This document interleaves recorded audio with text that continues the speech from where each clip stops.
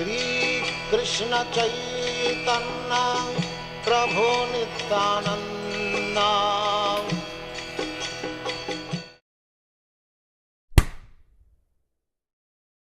Hare Krishna.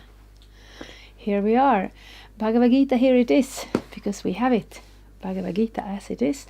Translation and commentary by His Divine Grace A.C. Bhaktivedanta Swami Prabhupada. My name is Labangala Tika, and we are reading the 4th chapter. So if you've been with us from the beginning, then you've been going through the 2nd chapter, where we get to understand the soul.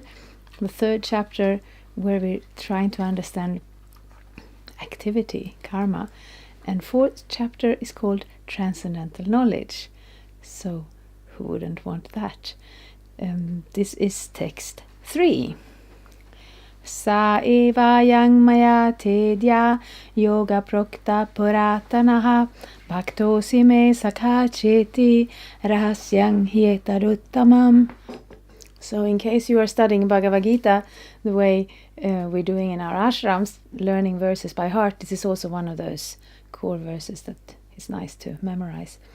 That very ancient science of the relationship with the Supreme is today told by me to you, because you are my devotee as well as my friend, and can therefore understand the transcendental mystery of this science. So this is Krishna speaking to Arjuna, who has become his disciple, and who is giving here some indication as to what it takes to actually enter into the understanding of Bhagavad-gita. Anyone can pick Bhagavad-gita off the shelf and open it and read the words. But in order to be able to enter into it, we have to also accept the person who is speaking it. And of course, at first, it can be a little bit of a hypothetical understanding. All right, Krishna says here, or whoever wrote it down keeps saying, Krishna, Sri Bhagavan Vacha, the Supreme Personality of Godhead, said. And that is the actual difference between knowledge and theory. In Sanskrit we have 2 words, jnana and vijnana, and vi is often used to strengthen a word. So vijnana is realized knowledge, and realized knowledge, it's not just a bullet list of points that we have memorized. It is when that knowledge becomes part of us, when that knowledge is part of the core of our heart, and we see things in that light. So when we know a person, maybe we have a famous person, we can read about them in the newspaper, we can see them in the media. Right now in Sweden, we have had a very famous singer and dancer and overall performer. She just left her body a few weeks ago, and now she's in all the magazines because everybody knows her. We know her name, we know the name of her children, where she came from, what year she became famous, who wrote her songs, who she was married to. All of that we know. But we cannot really say that we know her as a person unless we have met her, unless she has invited us into her home. And she wouldn't do that with just, okay, she was a very friendly person. If you're from Sweden, you have heard about Lil Babs. She has been an artist for 70 years. It's amazing. It's actually quite impressive. In a sense. Krishna is even more impressive. And also Krishna does not invite us into his home just because we read about all his name and fame and entourage. We start by that, we hear about him. But until we accept him in the heart, he does not exactly reveal himself. And who does he reveal himself to? To somebody like Arjuna, who is his devotee as well as his friend. Bhaktosi me sakacheti.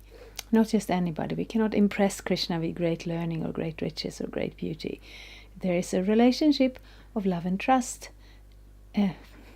So that may seem a little bit in the distance, but the good news is that Krishna wants to establish this relationship.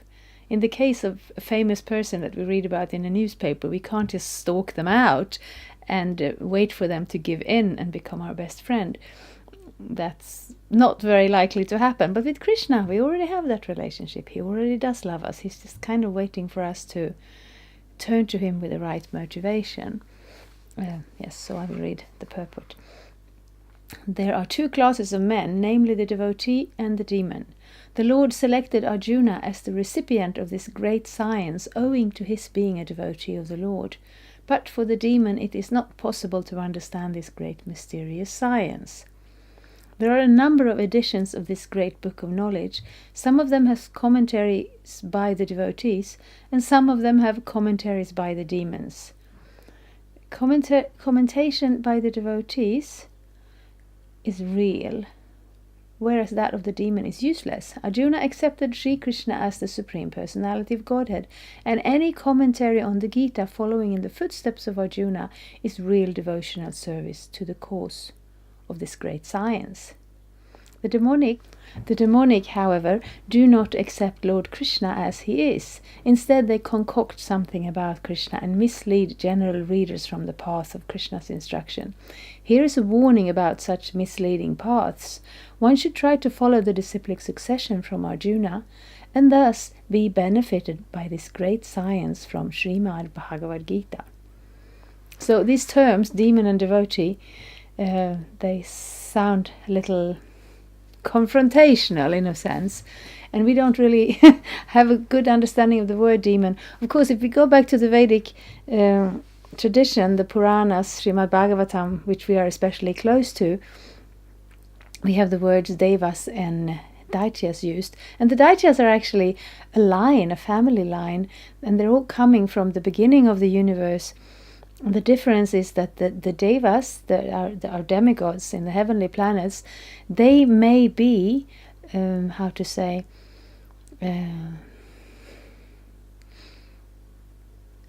may have some material ambition and some material motivation, but basically they do accept Krishna, Vishnu, they do accept the Vedas, they do accept the dharmas, the structure for this universe, and in that position that they are in, they need to do that because they are representing Krishna. They are doing valuable, important service on a universal scale that we can hardly comprehend of.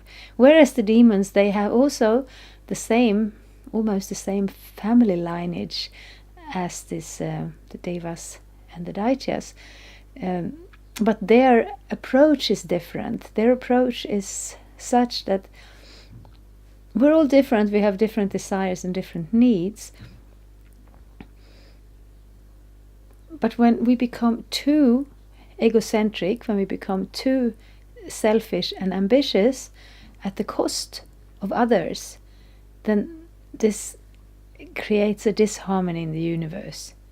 We can see that in a family. If we have someone who just grabs everything, you serve the meal and somebody takes all the best parts and just leaves the rice and potatoes for for everybody else.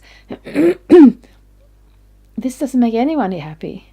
And in the family, nobody would do that because part of it is sharing. You take a meal, you sit down, you talk together, and you see that the others are also happy. And that's how Krishna wants this universe to work. And in the spiritual world, he doesn't have to just want it to work that way, because there naturally it works like that. But in the material world, those who are very much against that universal harmony, who are very eager to put forth their own ambitions first, and sometimes it's difficult to tell them apart, because we don't know how these relative things, what they relate to.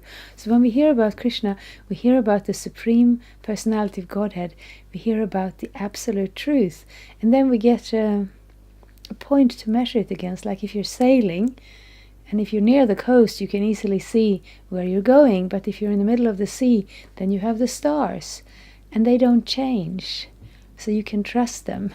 Of course, if it's cloudy, you don't even see them. But in general, before they had GPSs and navigation system, you had to follow the stars. And Krishna's Bhagavad-gita is one such star, where we can And of course, it's easy to say I'm a religious person, and whatever is in my book, that is right and everybody else is wrong. I don't want to put it like that.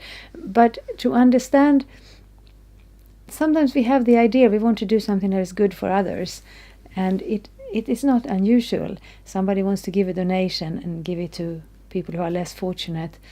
I read about such a thing. They were sending a shipment to a poor country on a different continent, and when they opened it, it contained a ship full of pink bathtubs.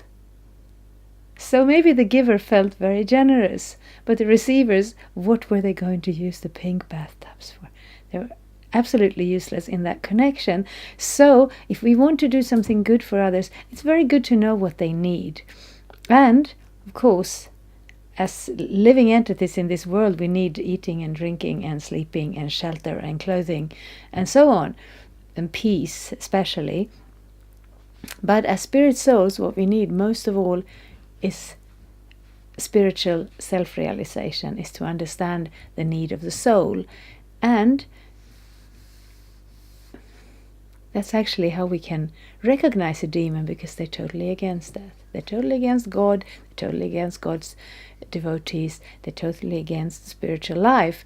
And if they enter into the realm of spiritual life, they will do it in such a way that their interpretation of spiritual life becomes very anti-God, very not God conscious. Remove all the piety, remove the personality of God, remove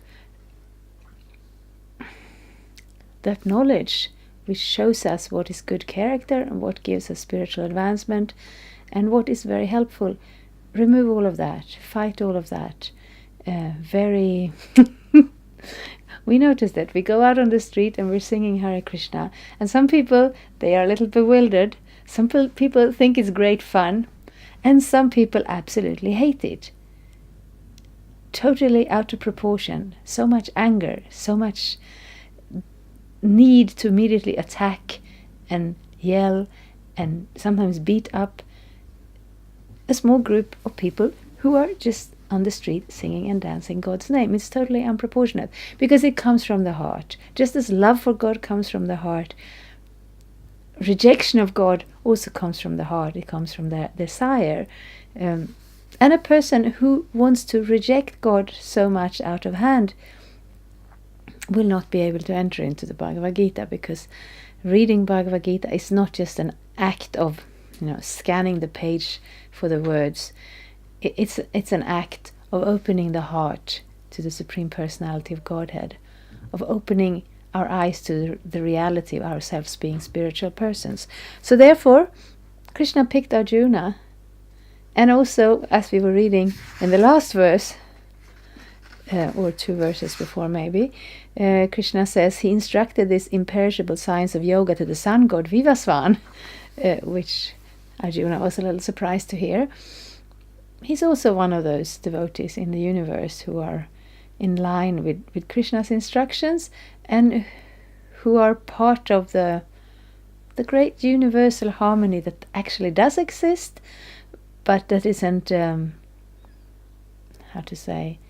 is part of that universal harmony that exists in the way that the universe actually does function together. All the parts coming together creates a certain harmony, but it's not a,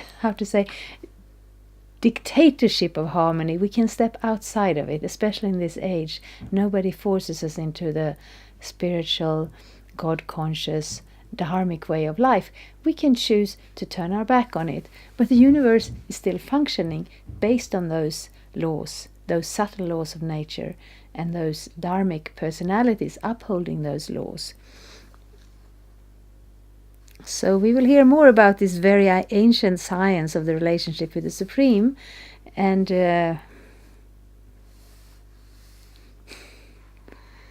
I very much appreciate having this Bhagavad-gita, which has some practical things, some philosophical things, some very poetic things, and here we're going back to the beginning of the universe, that No science can bring us in there, in the dialogues that took part between Supreme Personality of Godhead and the Devas in the universe millions of years before we were born. But Bhagavad-gita is bringing it to us. Thank you very much. Hare Krishna. Thank you for watching. We aim for updates every Tuesday and Friday. Please come back. If you have any questions or comments, please leave them down there. We also have some links and information for you. And there is, of course, the subscribe button. Thank you. Hare Krishna. I'm a Hare Krishna, and I approve this message. Subscribe. Hare Krishna, Krishna Krishna, Hare Hare, Hare Rama, Rama Rama.